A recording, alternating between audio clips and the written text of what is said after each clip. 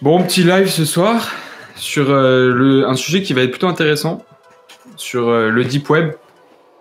Donc j'attends 5 minutes avant de m'y mettre sérieusement. C'est un domaine où moi je vais vulgariser parce que c'est pas mon domaine de prédilection. Par contre, je vais vous donner un lien justement sur une des communautés que j'ai déjà évoqué, c'est Psychoactif, où il y a un des membres qui a vraiment fait un tutoriel pas à pas pour la plupart des logiciels dont on va parler. Et franchement, c'est vraiment un travail de dingue qu'il a fait. Donc je vais expliquer un petit peu les outils qu'il utilise ou qu'il recommande. Et après, si vous voulez suivre le tutoriel et les installer sur votre ordi, bah voilà, c'est ça le but de la discussion ce soir. Parce que donc voilà, dans les autres lives, on avait parlé un petit peu de réduction des risques, vous avez différentes questions sur pas mal de drogues, mais on l'avait évoqué ce point. Une des choses les plus importantes, c'est aujourd'hui de ne plus les acheter en fait dans la rue ou en club ou en boîte ou quoi, parce que pour plusieurs raisons. Déjà, vous allez pouvoir souvent avoir des prix qui sont en dessous de ce qui est pratiqué dans la rue. Vous allez avoir moins de coupes, moins d'intermédiaires, donc du coup des produits souvent qui sont de meilleure qualité. Vous allez pouvoir consulter les avis des autres utilisateurs qui ont déjà commandé ou qui ont donné des notes, donc vous allez avoir un suivi. Ça, c'est des avantages qui sont quand même assez importants. Bon, après, c'est pas non plus, c'est pas le paradis parce qu'il y a, bon, clairement, c'est plus, ouais, moins cher, ça c'est clair. Parce que les différentes places, parce que c'est des marchés, en fait, c'est des sites où vous allez avoir différents noms, donc on les évoquera plus tard. Et par contre, forcément, vu qu'ils vendent des choses qui sont pas forcément légales, ils tombent les uns après les autres. Et c'est dur, c'est rare qu'une plateforme elle tienne sur la durée. Et du coup, ça oblige les utilisateurs à changer, à migrer et aussi à faire migrer du coup le portefeuille en Bitcoin. Ce qui peut être assez embêtant parce que du coup, vous pouvez perdre un petit peu d'argent dans le procédé et ça peut être embêtant. Voilà, je pense qu'on va s'y mettre. On va s'y mettre tranquille. Donc du coup, je vais commencer par le système d'exploitation, ce qui est la première chose. Bon, c'est pas une surprise. Je pense que la plupart des gens ils sont sur Windows, moi aussi, parce que bon, parce que c'est celui qui est le plus répandu. Mais en termes d'anonymat, en termes de protection des données, si vous avez vu aussi le film sur Snowden ou même les écoutes de la NSA, enfin il y a eu plusieurs grosses affaires qui ont fait du bruit dans les journaux. Bon, vous savez que clairement, ils utilisent nos données. Ils utilisent les sites qu'on visite. Ils nous enregistrent probablement la plupart de nos messages, de nos mails. Donc bon, disons que si vous voulez faire quelque chose d'illégal, c'est pas le top, quoi. Donc, Windows, déjà, on recommande pas. Après, Apple, pour moi, c'est le même combat, clairement. Mac, c'est la même chose, parce que de toute façon, on va utiliser majoritairement, beaucoup d'outils qui sont issus aussi de Google, de Facebook. Et donc là, c'est la même chose. Clairement, c'est la même chose. Donc, c'est peut-être un tout petit peu mieux, mais globalement, c'est pareil. Et du coup, ce qu'on recommande normalement, c'est Linux. Bon, c'est pas forcément facile d'utilisation, même s'il y a plusieurs versions de Linux, certaines plus compliquées que d'autres, plus centrées sur les lignes de commande, plus centrées sur la progra, d'autres qui ressemblent à ce qu'on peut avoir, c'est-à-dire une navigation par fenêtre, à ce qu'on peut avoir sous Windows ou sous Mac. Donc ça déjà c'est mieux, mais surtout, et c'est là où ça devient intéressant, c'est il existe des versions bootables sur clé de Linux et qui du coup, tu peux les transporter partout. Et en plus, ce qui est génial, c'est que cette version, elle ne conserve aucune donnée. Donc, par exemple, je vais mettre ma clé sur mon ordi. Ça va lancer la session. Je vais devoir aller dans le BIOS de mon PC pour dire qu'en gros, je veux pas lancer ma partition Windows, mais je vais lancer donc ma partition Linux qui est sur la clé.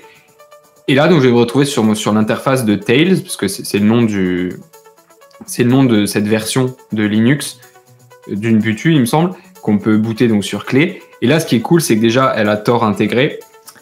Elle a un logiciel de chiffrement, on en reparlera plus tard. Elle a une version de Thunderbird, donc comment dire ça, le courriel, ouais, c'est un courriel.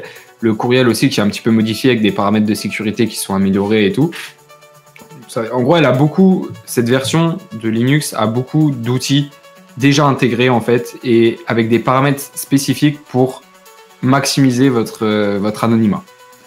Alors c'est pas forcément ultra facile à installer, enfin je veux dire, voilà, je vais mettre le tutoriel, je vais le mettre tout de suite, mais une fois que vous l'avez fait, en gros, bah, de toute façon, voilà, ça se fait une fois et après vous êtes tranquille et ça peut s'utiliser même au quotidien, genre même si vous voulez pas forcément aller sur le deep web ou quoi, et si vous voulez protéger votre anonymat, il n'y a pas de problème, vous pouvez les utiliser.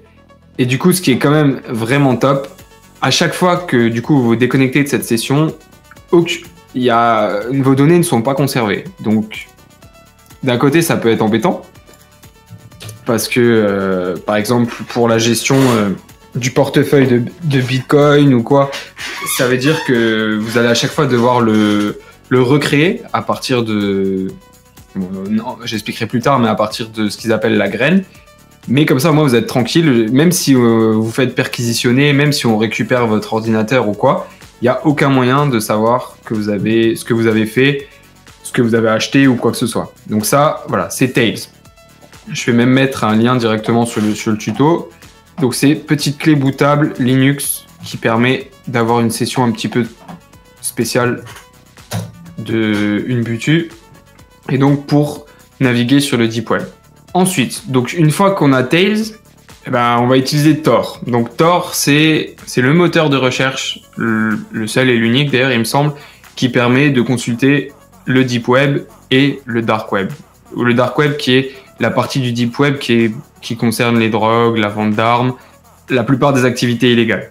Alors Tor, donc de base, il va être configuré sur Tails de telle manière à ce qu'il soit directement utilisable. Et surtout, ce que je vous conseille, c'est de ne pas changer les paramètres de base parce que les personnes qui se sont chargées du développement, c'est des gens qui travaillent dans la sécurité, ils savent clairement ce qu'ils font. Et du coup, ils l'ont fait de telle façon qu'en fait, il est déjà optimisé quasiment au maximum. Après, et en plus, il y a plusieurs fonctionnalités qui sont assez intéressantes. Par exemple, vous avez un bouton qui vous permet à chaque fois de demander une nouvelle identité. Parce qu'en fait, bon là, on va rentrer un petit peu dans les détails, mais Tor, il fonctionne de telle façon que votre connexion, elle passe par 3 points en fait. 3 points relais, ce qui vous permet d'avoir un point de sortie, un point d'entrée, un point au milieu, et donc en fait, si on essaye de capter le flux, il est impossible de savoir en gros, de vous géolocaliser, de savoir d'où vous surfez sur Internet, enfin, sur le deep web. Donc ça, ouais, et donc vous avez un bouton sur Tor qui vous permet à chaque fois de demander un nouveau routage en fait, pour à chaque fois changer ses nœuds. Et du coup, vu que vous changez de nœud, c'est encore plus difficile de vous identifier à chaque fois. Il y a le même principe avec un bouton qui s'appelle « Donnez-moi une nouvelle identité ». Donc là, en fait, ça va... Je sais pas exactement dans les détails ce que ça va faire, mais en gros, ça va effacer tous les cookies, ça va effacer tous les paramètres de l'historique de navigation. Tout ce que vous avez déjà fait sur Tor, ça va l'effacer, hop, et ça va vous relancer un routage au niveau des 3 nœuds, et vous allez avoir une nouvelle connexion. Après, c'est vrai que l'utilisation de Tor, elle est... Disons que c'est visible. Il a donné une image, je trouve, qui est pas mal sur le lien que j'ai envoyé. C'est comme si vous rouliez dans la rue avec un char, vous êtes protégé, mais ça se voit. Du coup, c'est vrai qu'il y a, pour certaines personnes, ça peut être embêtant. Donc du coup, il existe une fonctionnalité sous Tor qui s'appelle les bridges. Et en gros, ça vous permet de camoufler à la personne qui essaierait de savoir quel moteur de recherche vous utilisez, que vous utilisez par exemple une session Windows 7 banale, ce qu'il y a de plus commun, alors qu'en fait vous êtes sur Tor.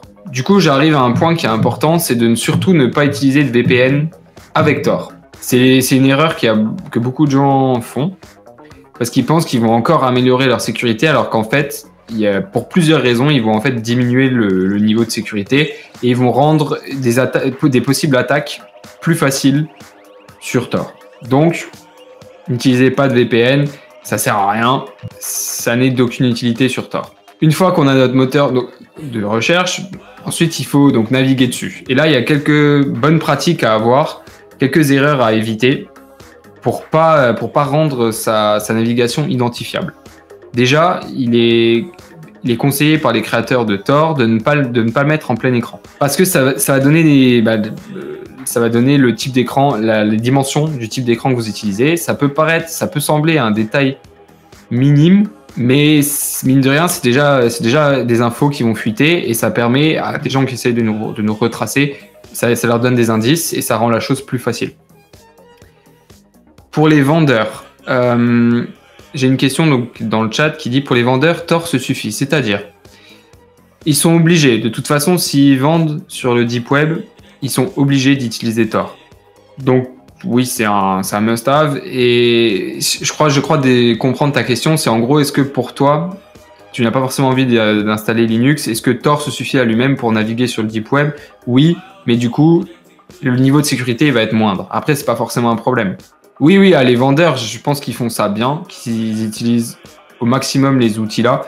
Donc, je me fais pas trop de soucis pour eux, même si, en fait, c'est ça. À chaque fois, les outils sont parfaits, l'utilisation qu'on en fait moins. Donc, du coup, s'ils se font attraper, s'ils se font localiser, c'est parce qu'il y a des erreurs humaines.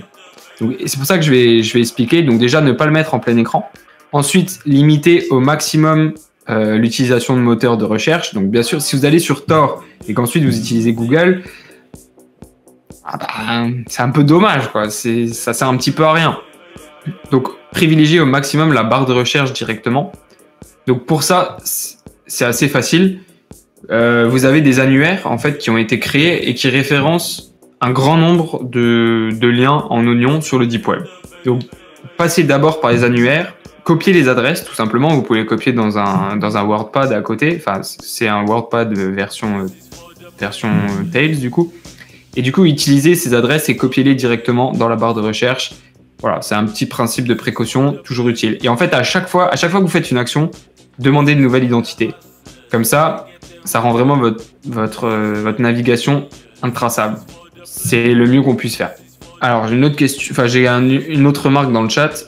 Oui, je suis d'accord avec toi, parce qu'il dit qu'on peut passer par des réseaux sociaux, entre guillemets, plus communs pour trouver des gens dans sa région qui vendent.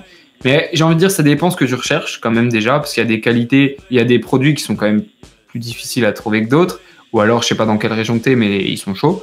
Et après, en termes de prix, tu t'y retrouves pas forcément.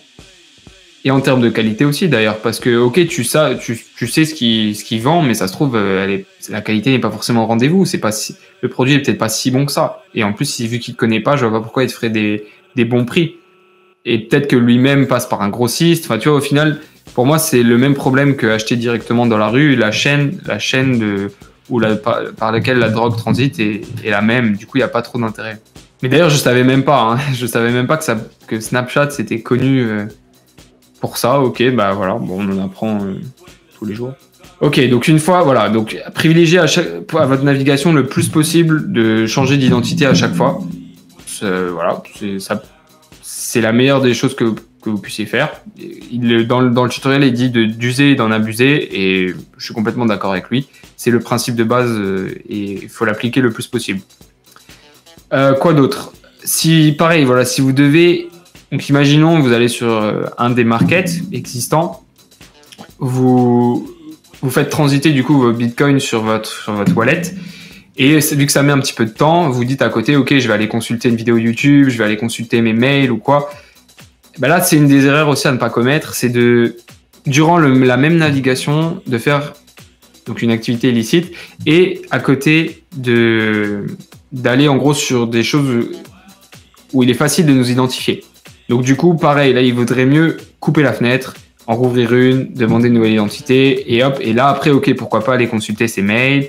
Et par exemple, je sais que du coup, YouTube est très utilisé par tout le monde, et si vous avez envie d'aller sur YouTube en même temps, ou même pour mettre un podcast, pour regarder une vidéo, il peut y avoir beaucoup de raisons. Là encore, en gros, il existe pour Tails des logiciels qui permettent de télécharger localement la vidéo et du coup de la regarder sans passer par YouTube. En gros, à chaque fois qu'on limite les intermédiaires, on limite l'utilisation d'outils qui proviennent des GAFA, c'est là où on sera le plus en sécurité possible. Ok, bah alors je viens d'apprendre que sur Snap on peut trouver on peut trouver de la DMT, ok, bah je savais pas. Hein. Bon après peut-être je sais pas de quelle région t'es, mais ouais, là j'ai du mal à y croire que tu peux trouver de l'AIA sur Snapchat, mais bon. Après tout est possible, hein. En soi, pourquoi pas. Ouais, il y a des gens qui rejoignent, bonsoir, bonsoir. Donc une fois que vous arrivez sur les markets, donc là on peut évoquer les marchés. Donc il y en a plusieurs. Comme je l'ai dit au début, le problème c'est que souvent ils durent pas longtemps. Donc ils tombent les uns après les autres. Il faut toujours migrer. On peut en citer quelques-uns. Donc je pense notamment à Empire, Apollon, Toshka, Kryptonium. Qu'est-ce qu'il y avait d'autre? Enfin voilà, les noms ça va être varié. Hein, c'est selon l'imagination des créateurs. Et le problème souvent, c'est que ce qui peut arriver, c'est que pendant un temps, le site va marcher. Du coup, vous allez, par exemple, avoir des bitcoins qui vont rester sur les portefeuilles sur les sites, parce que souvent, ils obligent, pas tout le temps, mais souvent, ils obligent de créer un wallet, donc un portefeuille de bitcoin sur le marché pour pouvoir l'utiliser. Et du coup, vous allez forcément devoir, en gros, envoyer de l'argent sur ce porte-monnaie. Du coup, si vous ne l'utilisez pas entièrement, il est conservé là-bas. Et un des risques, c'est qu'en fait, au bout d'un moment, on ne sait pas exactement pourquoi, mais que les gens qui gèrent le marché décident de s'en aller, et du coup, ils prennent votre argent avec. Et là, malheureusement, il n'y a pas trop de choses à faire. Vous n'allez pas appeler la police, vous n'allez pas porter plainte, donc en gros, voilà, vous avez juste perdu de l'argent. Bon, après, souvent, c'est des sommes qui sont pas énormes, donc c'est pas trop grave, mais quand même. Ensuite, donc du coup, si vous voulez acheter quelque chose sur le Deep Web, donc forcément, comme je l'ai dit, ça se fait en Bitcoin. Donc pour ça, là aussi, Tails est super pratique parce que du coup, vous avez déjà un portefeuille Electrum qui est un des meilleurs pour avoir des bitcoins. Et en gros, comme je l'ai dit, si vous voulez, donc si vous utilisez cette petite clé bootable qui à chaque fois efface toutes votre données, en gros, l'astuce, c'est que lorsque vous créez un portefeuille bitcoin sur Electrum, il va vous donner l'option, mais nous, si on utilise cette option, en gros, c'est de le recréer à chaque fois. Et pour ça, en gros, il va vous donner, c'est comme un code spécial que vous devez, enfin, c'est une phrase que vous devez rentrer, enfin c'est une phrase qui n'a aucun sens, mais c'est une succession de caractères plutôt, je devrais dire, que vous devrez rentrer à chaque fois, et en fait à chaque fois il va régénérer le portefeuille avec vos bitcoins dessus. Et quand vous déconnectez de ce portefeuille et de Tails, il n'existe tout simplement pas. Donc il n'y a aucun moyen pour une institution, pour la justice, pour la police, de localiser votre portefeuille. Ce qui est quand même assez puissant. Après, donc, ce qu'il faut savoir avec le Bitcoin, c'est qu'il y a beaucoup de gens qui pensent que l'anonymat est complet, alors que pas forcément. Alors certes, c'est déjà pas mal, hein, mais par exemple, toutes les transactions et toutes les clés publiques utilisées pour les transactions peuvent être, on peut les trouver sur tout simplement un site qui s'appelle blockchain quelque chose, de mémoire j'ai oublié. Et en gros, vous avez la liste de toutes les transactions. Donc vous pouvez pas savoir exactement qui sont les personnes qui s'échangent des bitcoins, et vous pouvez savoir qu'une transaction a eu lieu. Et par exemple, imaginons que vous utilisez plusieurs fois la même clé publique pour acheter des bitcoins ou pour acheter sur le Deep Web, au final, ça devient de plus en plus facile de vous localiser. Surtout si, comme on l'a dit tout à l'heure, il y a des erreurs humaines qui sont faites durant la navigation. Du coup, ça fait plein de petites choses qui, au final, rendent l'identification de la personne utilisant Tor et les bitcoins assez facile. Et donc du coup, une fois que vous avez créé ce portefeuille, vous pouvez le recréer à chaque fois, ce qui est très utile. Ensuite, on en arrive à un autre point qui est très important, c'est le chiffrement sur le Deep Web. Parce que donc, quand vous allez échanger avec les vendeurs, forcément, vos données, il ne faut pas qu'elles soient en clair. Surtout si vous mettez vos adresses, par exemple, et que vous voulez vous faire livrer, il faut quand même éviter de mettre ça directement sur les marchés où tout le monde peut voir vos messages, où vous ne savez jamais à qui vous l'envoyez. Donc pour ça, ils ont créé un autre outil qui s'appelle le chiffrement différé, qui est... Alors l'outil en lui-même s'appelle, je vais vous dire ça tout de suite, GPG. Donc il est très connu apparemment, il est très connu des utilisateurs. Et en gros, ce qui est assez... Là où la méthode est assez géniale, c'est qu'en gros, ça va fonctionner avec un principe de clé. J'en ai déjà un petit peu parlé tout à l'heure, clé publique, clé privée. Et en gros, ce qui va être bien, c'est que donc en fait, quand vous créez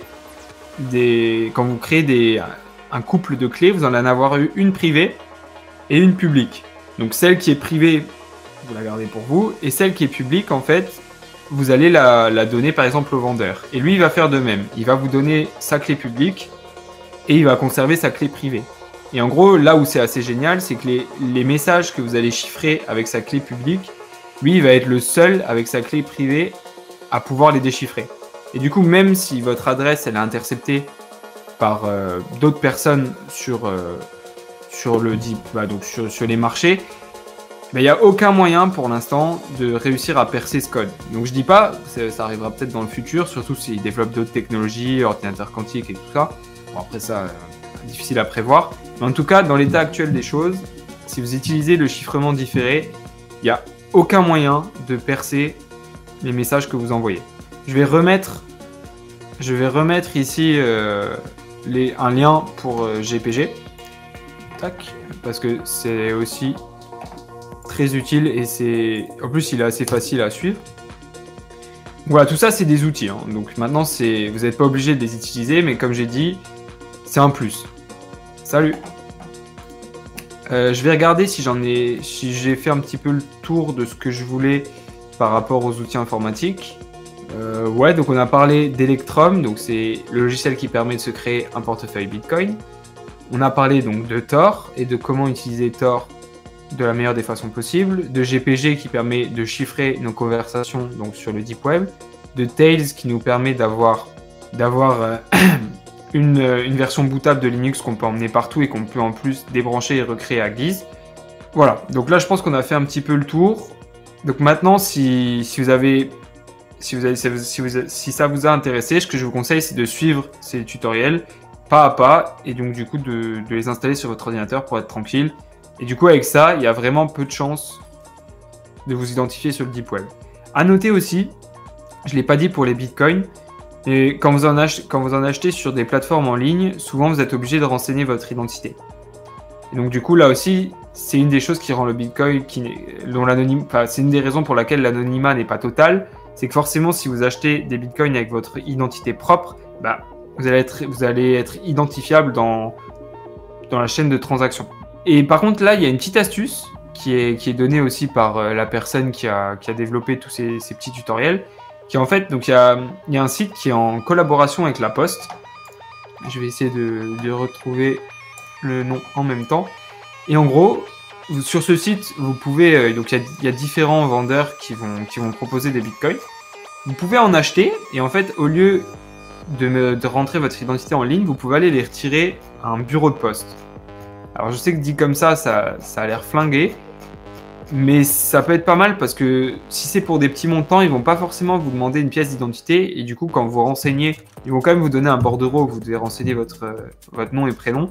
Mais en soi, s'ils vous demandent pas de pièce d'identité, vous pouvez mettre n'importe quoi et du coup, là ça devient impossible de savoir que c'est vous qui avez acheté ce Bitcoin.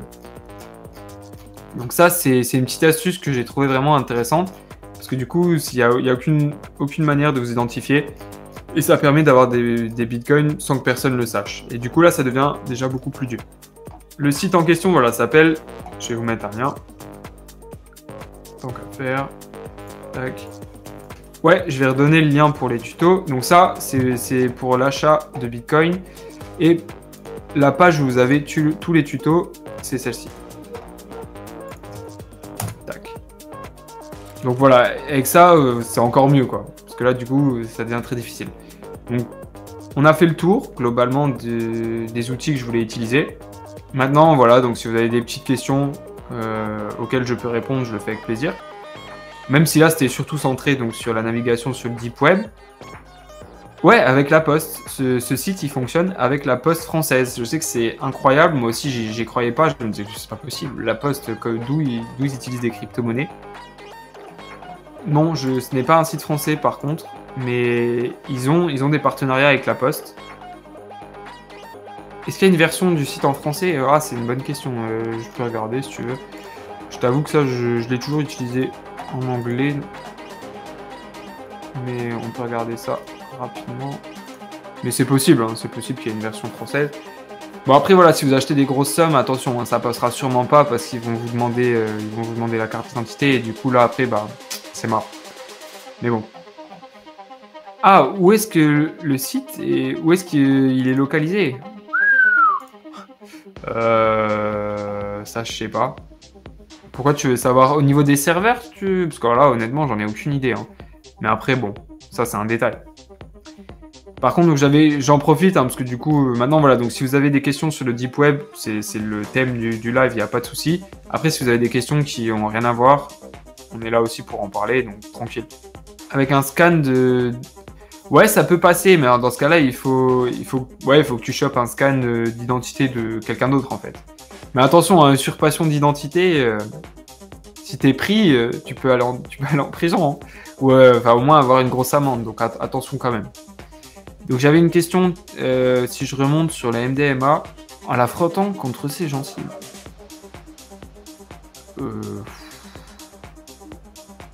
Non, non, désolé, mais ça marchera pas. Il y a acheté sur le... ouais, c'est safe. En fait, qu'est-ce que tu appelles safe? Safe d'un point de vue anonymat, d'un point de vue... Ça sera difficile de remonter jusqu'à toi, ou safe au niveau de la qualité du produit et du prix. Parce que c'est deux choses différentes. Donc, pour utiliser le Deep Web et les markets le plus anonymement possible, bah, c'était le but du live. Donc, j'ai mis plusieurs outils pour que tu puisses y parvenir sans trop de difficultés. Donc ça, franchement, c'est atteignable. Et après, est-ce que en lui-même, est-ce que ce que tu vas acheter dessus, ça va être des produits de qualité? Bah, souvent, si tu te réfères aux meilleurs vendeurs et si tu vois qu'il y a des commentaires qui ont été vraiment... bah, les gars, ils ont dit que c'est un super service, que le gars, il est ultra rapide, que ce qu'il vend, il sait ce qu'il vend et il sait que c'est de la qualité. Bah, après, tu peux quand même, voilà, tu peux légitimement penser que tu peux commander à la même personne et recevoir un service de qualité. Au niveau de la traçabilité quand on se fait livrer, bah ça, franchement, ils sont forts. Ils sont forts parce que, bon, après, là aussi, rien ne t'oblige à utiliser ton adresse personnelle. Mais après, ou alors il faut que tu t'arranges. Enfin, après, voilà, c'est dur de mettre un point relais. Non, ça marchera pas. Faut pas déconner quand même. Mais par contre, bon, non, je vais pas dire ça quand même. Mais enfin, tu peux t'arranger avec des potes, on sait jamais. Ou si t'as pas envie d'utiliser ton adresse, t'es pas obligé. Par contre, au niveau de l'emballage, si c'est ça ta question, ils sont vraiment, vraiment bons. Genre, c'est très discret, soupli. Enfin, vraiment, c'est soupli, discret. On voit rien. Il n'y a pas d'odeur. Là-dessus, livraison assez rapide. Franchement, c'est assez top. Bon, après, par contre, attention, hein, c'est déjà aussi arrivé plusieurs fois qu'il y ait des gens qui passent des commandes. Et au final, malheureusement, ils n'ont rien reçu. Hein. Ça arrive. Ça peut être soit le vendeur, il s'est fait péter, il n'existe plus. Ça, c'est triste pour lui. Soit il a décidé de monter un scam et du coup, il a pris pas mal d'argent et il ne reviendra plus jamais. C'est possible aussi. Hein. Il a pu se bâtir une réputation et au bout d'un moment, décider de partir parce qu'il en avait assez. C'est possible.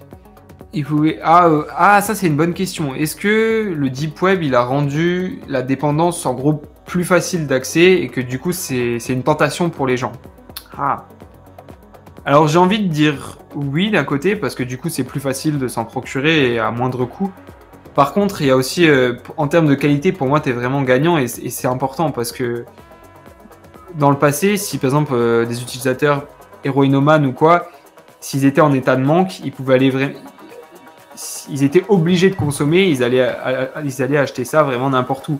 Tant qu'ils trouvaient ce qu'ils pensaient être de l'héroïne, ils étaient contents. Et du coup, c'est là où il y avait parfois des overdoses qui arrivaient, parce qu'au final, produits de tellement mauvaise qualité, ou qui c'était carrément pas d'héroïne, et du coup, on avait des accidents comme ça. Donc du coup, à double tranchant, j'ai envie de dire, il y a du bon et du mauvais, mais comme dans tout, quasiment.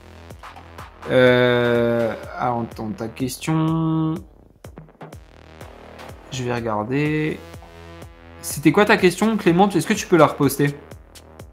Parce que là, je vois pas de laquelle tu parles. Ouais, s'il te plaît, repose-la, parce que là, je vois pas. La demande du produit était là avant le Deep Web. Oui, il y a toujours eu la demande. La demande, elle bougera jamais, je pense. Tant qu'il y a des utilisateurs, il y aura de la demande, hein, ce qui n'est pas forcément un problème, parce que bon, moi, j'en ai déjà un petit peu parlé, mais pour moi, la dépénalisation, ce serait déjà un vrai premier pas. Et j'y crois, hein, je pense, on a plein d'exemples, que ce soit au Portugal, aux Pays-Bas, que ça augmente pas forcément le nombre de consommateurs, et surtout, ça leur permet de le faire dans... Les gens qui veulent vraiment consommer, ils le font dans des meilleures conditions, et tout le monde est gagnant. Ok, bon, si j'ai répondu, tant mieux. Le risque de saisie à la douane. Là, j'ai pas les statistiques. Ça peut arriver, hein. Ça peut arriver.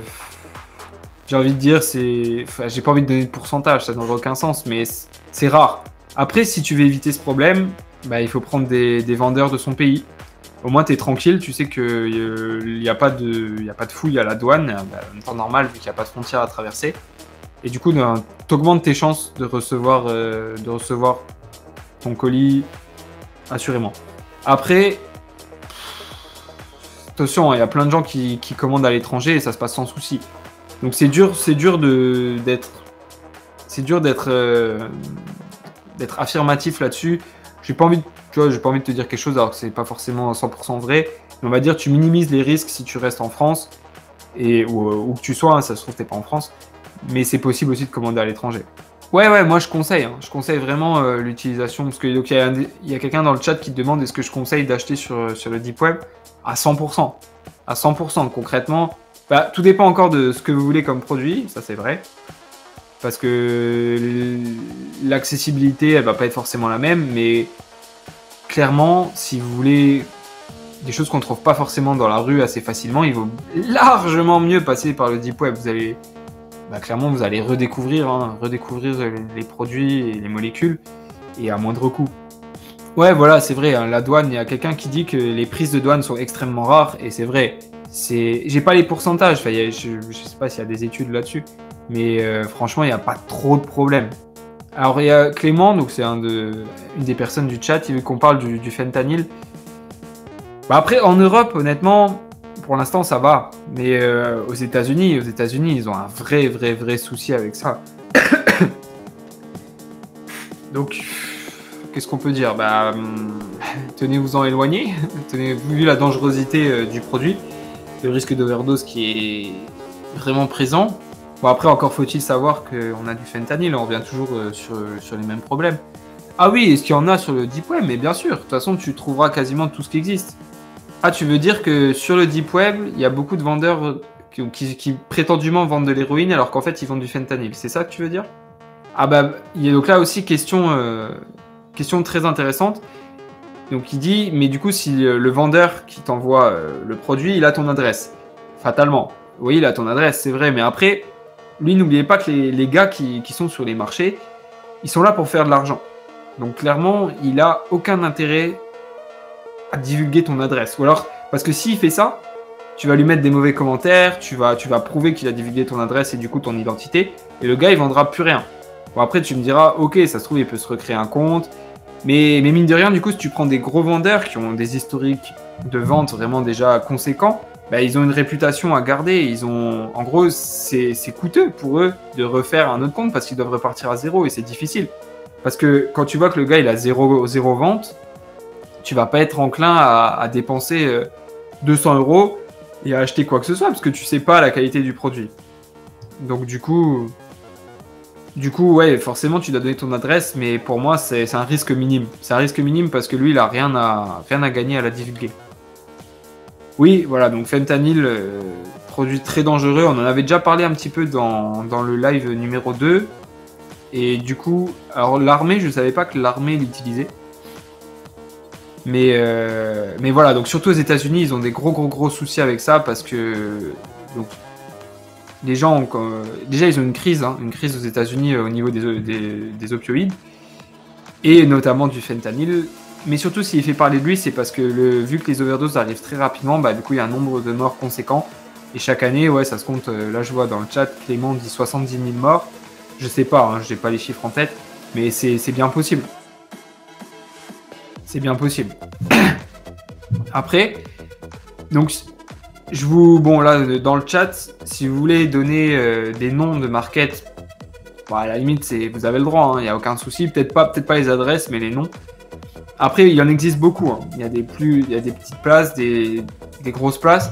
Et maintenant, ce qui arrive aussi, bon, j'ai vu ça qu'une ou deux fois, mais mine de rien, c'est pas mal. C'est qu'en fait, tu as des vendeurs qui font leur propre site.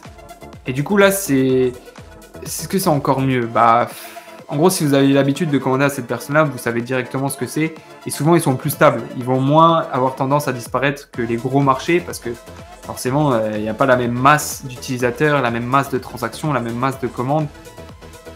Donc du coup, ça devient plus difficile pour les autorités de les trouver.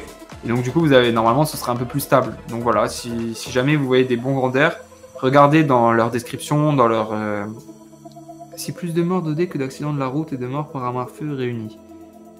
Ouais, bah je savais pas, tu vois, je savais pas que ça se comptait en dizaines de milliers, mais ça m'étonne pas, hein, mais je savais que c'était un gros problème, et c'est bien d'ailleurs qu'on n'ait pas ce problème en Europe, tant mieux pour le moment, on en a d'autres, donc bon, on en a déjà assez. Et pour les militaires, niveau drogue, on se tape, je sais pas, mal en général. D'accord, alors apparemment, enfin je me doute que l'armée utilise certains produits ou que même ils font pas mal de recherches parce que ça peut être intéressant pour eux. Dans les années 60, il y a eu des recherches sur le LSD. Sur la Seconde Guerre mondiale, il y a eu beaucoup de recherches sur les amphétamines, MDMA. Ça m'étonne pas. Après, est-ce que c'est encore le cas aujourd'hui? Oui, je pense. Et est-ce qu'il y a des champignons hallucinogènes en France naturellement? Bien sûr, bien sûr. Tu peux en trouver. C'est justement une des dernières petites vidéos que j'ai fait.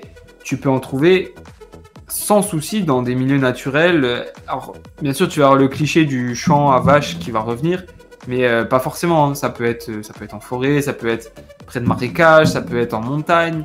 Il y a plusieurs espèces différentes.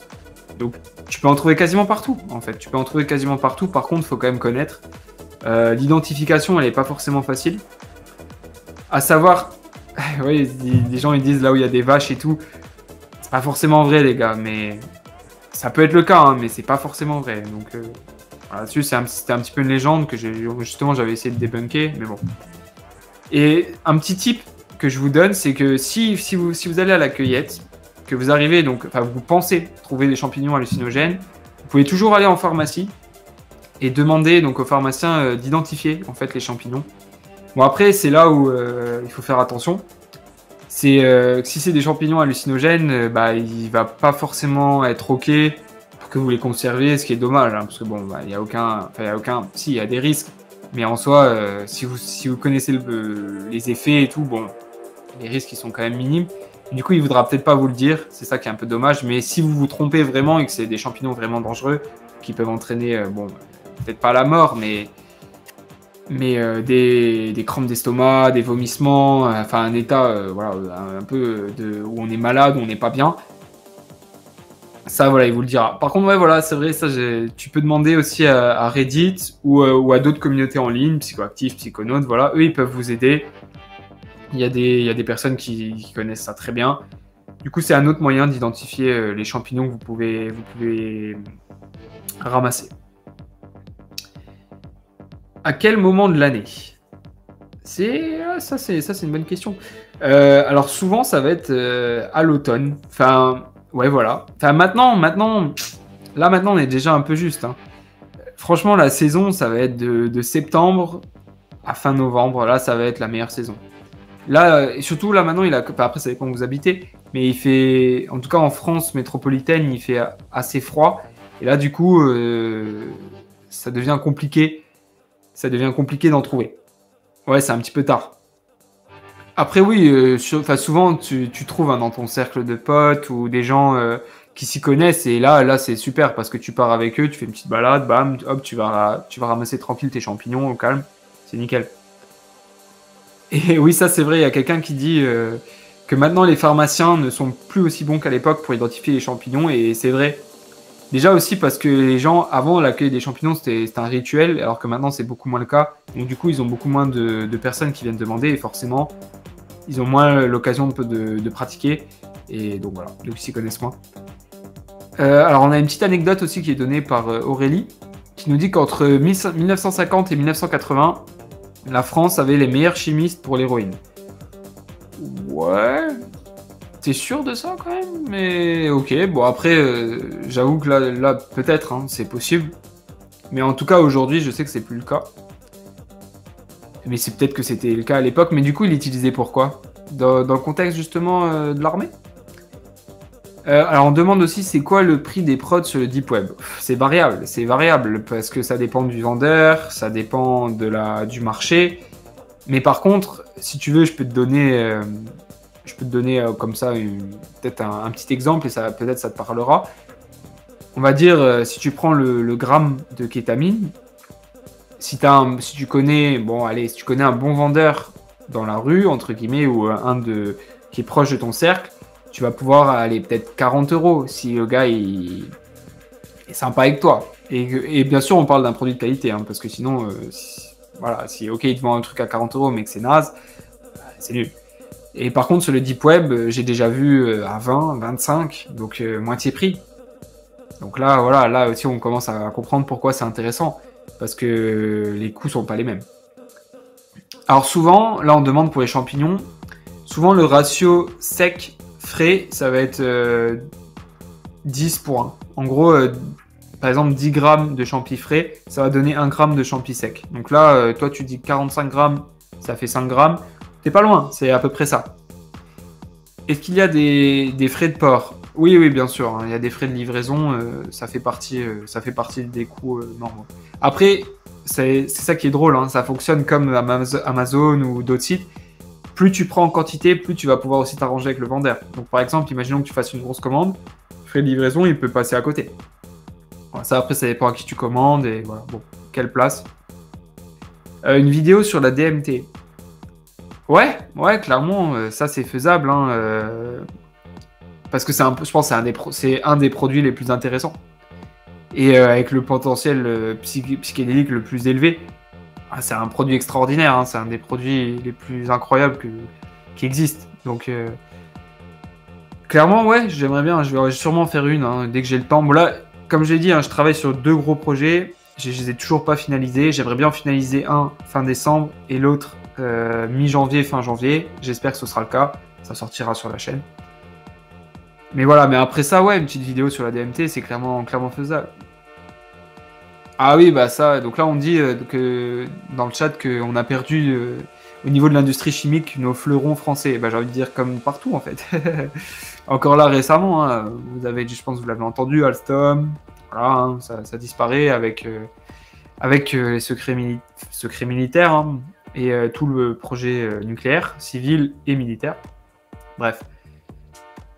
Voilà, bon, je fais un petit peu de promo aussi pour Thinkerview, qui est, je pense, ouais, c'est peut-être je sais pas si c'est une chaîne YouTube que vous connaissez ou pas, mais en tout cas, ils font des débats sur des sujets assez variés, mais souvent, ça va être soit sur l'effondrement, la collapsologie, la finance, l'économie, justement, la politique, beaucoup de politique aussi, ouais, c'est pas mal. Et il me semble qu'ils en avaient fait quelques-uns, ils en avaient fait un sur le cannabis.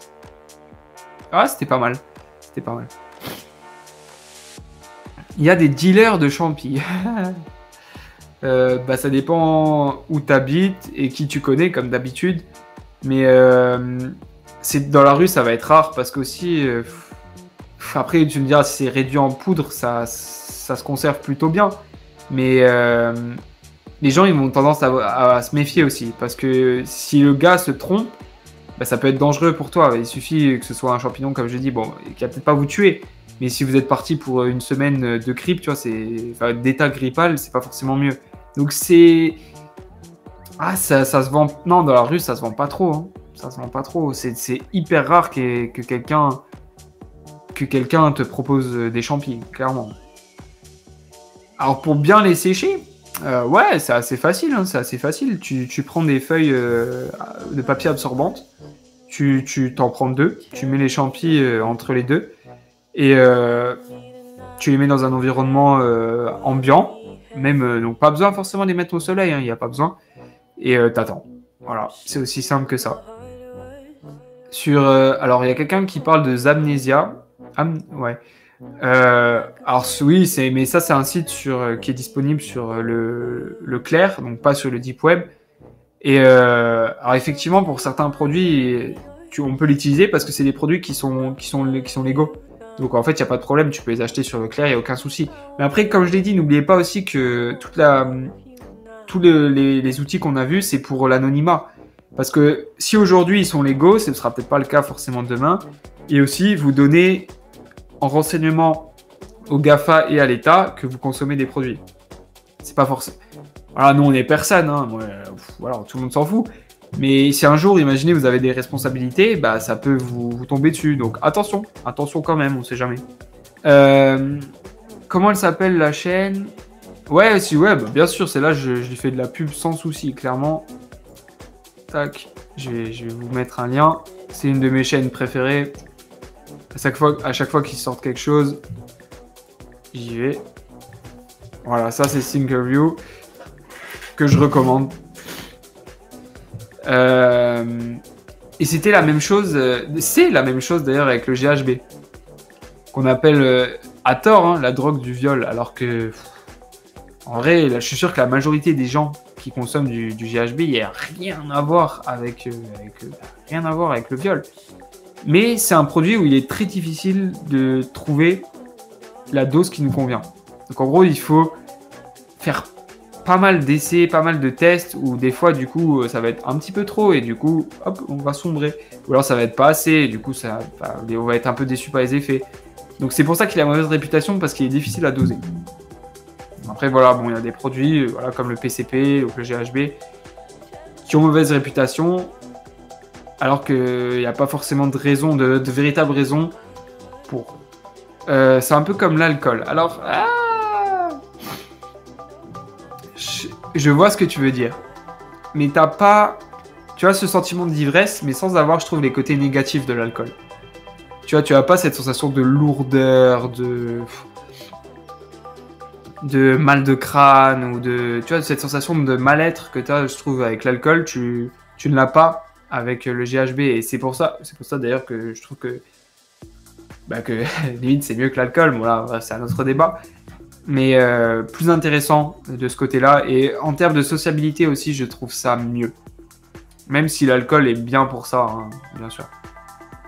Qui développe... Alors, des drogues qui développent le goût.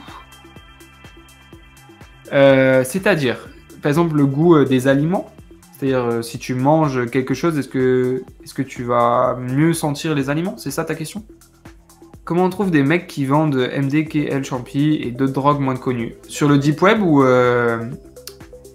dans la rue? Oui, mais après, bien sûr, ça c'est du bon sens, j'ai envie de dire. Parce qu'il y a quelqu'un qui demande s'il y a des produits qui sont plus détectables que d'autres à la livraison. L'avantage du LSD, c'est que n'oubliez pas, c'est sur une surface qui est tellement petite, ou alors c'est sous forme liquide, donc c'est quelque chose qui va passer sans problème. Là où, au final, ce qui est le plus difficile à faire livrer, ça reste la weed. Parce que, à cause de l'odeur. Et après, ils sont forts, comme je l'ai dit, là-dessus. Franchement, moi, je trouve ils se débrouillent comme des chefs, parce que j'ai déjà... voilà, en gros, des fois, tu reçois des enveloppes où c'est indétectable. Donc, franchement, moi, je trouve que là-dessus, ils assurent. Alors, rue. Alors, waouh. Déjà, j'ai envie de dire, dans la rue, c'est chaud, tu vois, d'acheter... Moi, acheter ce genre de produit dans la rue, clairement, je recommande pas et j'aime pas. Après, si t'as pas le choix, bon... comme ça, on en avait parlé, je crois, dans le premier live, il existe des tests, en fait, qui permettent d'identifier un produit. Alors, l'idéal, c'est que, par exemple, t'ailles dans la rue, aux personnes qui vendent ça, tu prends une petite quantité, un petit échantillon, et en gros, tu le testes ensuite avec t'as deux types de tests, colorimétriques, ou l'autre qui est un peu plus cher... J'ai oublié le nom là, mais en gros qui est plus fiable au niveau de la détection. Et comme ça, tu pourras déjà avoir une première idée de ce que de ce qu'on t'a vendu. Attention, après, c'est pas fiable à 200%, mais si vraiment tu as des doutes ou alors que tu vas acheter toujours à la même personne, ce que je te conseille, c'est de l'envoyer à un labo. Ça se fait gratuitement en Belgique et en France. Et là, du coup, ils vont te dire ce que c'est. Ils vont te dire la qualité, le type de produit. Là, tu vas avoir une analyse complète. Donc là, c'est le top. Donc si vraiment tu peux, je te dis de passer par cette solution. C'est la meilleure. Oui, d'accord. Là, je vois, il y a quelqu'un qui dit que l'alcool n'a rien à voir avec le GHB au niveau des effets purement physiques, c'est-à-dire sur le corps, pas les effets ressentis. Bien sûr. Il n'y a aucun souci là-dessus, je suis tout à fait d'accord. Moi, je parlais plus des effets ressentis. Donc, parce que oui, effectivement, le GHB n'est pas neurologique, alors que l'alcool l'est. Ce qui est d'ailleurs... ce que beaucoup de gens l'oublient. Beaucoup de gens l'oublient, ça. Est-ce qu'on peut se faire livrer en point relais sur le Deep Web? Non, il me semble pas. Donc là, je suis assez affirmatif, mais il me semble vraiment pas. Voilà, donc c'est pour ça que j'ai dit que souvent... Si vous êtes dans cette situation où vous ne pouvez pas vous faire livrer chez vous, ce qui peut arriver, mine de rien, parce que vous avez peut-être... Voilà, aujourd'hui, ça devient... l'accès à la location ou à l'achat, c'est plus aussi facile qu'avant. Donc, vous pouvez encore habiter chez vos parents. Et là, le mieux à faire, c'est de s'arranger, souvent avec une connaissance, avec un bon pote. Voilà, ils le disent dans le chat. Ah ouais, ça c'est vrai que ça, y a moyen que ce soit possible. C'est-à-dire de faire livrer dans une boîte aux lettres que tu loues. Bon, du coup, ça engendre d'autres frais, parce que, enfin, après ça, je suis même pas trop au clair là-dessus, mais je pense que c'est un service qui est payant, et du coup, là, c'est peut-être possible. Mais bon. Voilà. Est-ce qu'il livre partout dans le monde? Ça dépend. Ça dépend aussi, tu vas avoir, suivant les vendeurs, ils vont le dire en fait. Par exemple, tu vas avoir des gens qui vont, si c'est des vendeurs US, genre peut-être qu'ils vont vendre que aux US. Ça dépend des gens et de leur politique, mais souvent ils vont éviter des trop longs trajets. Par exemple, se faire livrer des États-Unis, pas impossible, hein, mais clairement c'est compliqué. Alors que par exemple, si, imaginons que tu habites en Belgique et tu veux te faire livrer des Pays-Bas, aucun problème. Voilà. Donc c'est possible, mais ça dépend de la distance, ça dépend des pays en question, ça dépend de la législation, au niveau de la frontière, comment ça se passe, parce qu'en Europe, là-dessus, on est quand même plutôt tranquille, avec l'espace Schengen. On aime ou on n'aime pas, mais de ce point de vue-là, c'est pratique. Voilà. Du coup, alors, si vous avez encore 2 ou 3 questions, pas de souci, allez-y. Sinon, je pense que j'ai fait à peu près ça va être un live qui va être un petit peu moins long que ceux que j'ai fait précédemment. Non, je connais pas. Bon, voilà, on va terminer là-dessus, je pense. L'Ibuga du Cameroun. Alors, c'est une boisson qui est apparemment hallucinogène, j'imagine, parce que tu dis qu'il donne des visions. Non, je connais pas. Je connais le miel hallucinogène, mais ça, j'ai jamais entendu parler. Mais après, est-ce que tu as déjà pu expérimenter? J'imagine que c'est utilisé peut-être dans des rites religieux ou par des tribus. Ou alors, ça c'est plutôt quelque chose qui s'est développé récemment. Bon, après ça, voilà. Comme je dis, vu que je connais pas, ce serait plutôt toi qui devrais faire le live. Écoutez, je pense qu'on va terminer là-dessus. Donc j'espère que ça a été informatif quand même. Donc bien sûr, il y aura une rediffusion. Et voilà, donc, je vous tiens au courant. Et pour la suite, voilà, il y aura des petites vidéos, hein, bien sûr, c'est prévu. Surtout ces 2 gros projets, j'espère qu'ils vous plairont parce que je m'y investis beaucoup. Voilà. Ouais, encore, ouais, mais je vais être un peu pris par le temps aussi, malheureusement. Après, si tu as une dernière question, vas-y, il n'y a pas de souci. Je peux encore rester 2-3 minutes, mais... Ouais, de rien, hein, si ça peut rendre service... Mais après, voilà, de toute façon, le meilleur conseil qu'on peut vous donner, c'est d'utiliser les différents forums, les différentes communautés qui existent et de se renseigner au maximum. Ça, c'est le plus important. Et aussi de le dire aux gens.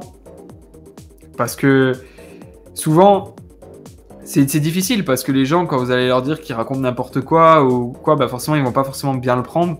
Mais c'est important de faire ça parce que de leur montrer qu'ils sont pas forcément au fait de tous les détails sur certains produits et qui se trompent. Et souvent des gens parfois qui consomment beaucoup, hein. C'est ça qui est le pire, c'est des gros consommateurs qui au final connaissent très mal leurs produits. Mais bon, ça arrive. Alors des livres, est-ce que je fais beaucoup de live? Franchement, non, j'en fais pas beaucoup. Là, c'est le 3e, tu vois. J'essaye d'en faire un tous les 2 mois, tu vois. Mais ouais, c'est de temps en temps. Mais il faut que j'ai un sujet aussi. Parce que là, tu vois, c'est intéressant parce que je suis arrivé avec les outils donc, pour le Deep Web. Mais si j'ai rien, bon, après, c'est juste répondre aux questions. Mais au final, ça va être assez redondant. Donc bon, c'est pour ça. Tu aurais pas des livres de récits sympas sur ces thèmes? Alors, je l'ai déjà dit, mais du coup, le livre sur Charles Duchossois, donc c'est Flash ou le Grand Voyage, il est très sympa parce que donc c'est l'histoire, elle raconte son périple en fait en Inde, en Turquie, au Népal, et en fait, il était à Katmandou durant l'époque où la drogue était légale, et du coup, c'était un peu le paradis des hippies, et lui, il était là-bas. Et bon, voilà, il a clairement abusé, mais l'histoire est intéressante et elle est assez folle. Après, est-ce qu'elle est 100% exacte? Je sais pas. Mais parce que peut-être qu'il a abusé un petit peu, mais en tout cas, elle est intéressante à lire. Franchement, c'est un livre que je recommande. Il y en a un autre aussi qui est vraiment, vraiment intéressant, c'est Mon enfant terrible de Hoffman. Donc du coup, le chimiste qui a synthétisé pour la première fois le LSD. Et clairement, c'est un ouvrage de référence sur le produit. Et franchement, il est top. Enfin, si vous allez apprendre plein de choses, il est Mais il est juste génial, quoi. Enfin, je trouve que ça permet de redécouvrir encore cette molécule qui est extraordinaire. Donc voilà, je le recommande. Alors pour l'instant, j'ai un travail, hein, mais qui n'a rien à voir avec le domaine des stupéfiants. Donc, je vais pas dire exactement quoi, parce qu'au final, ça sert à rien. Et au niveau de mon âge, ouais, je suis dans la vingtaine. Voilà. Bon, allez les gars, je vais vous laisser, je pense. Et passer une bonne soirée. On se dit à la prochaine. Et je vais taffer de mon côté pour vous sortir des bonnes vidéos. Allez, ciao!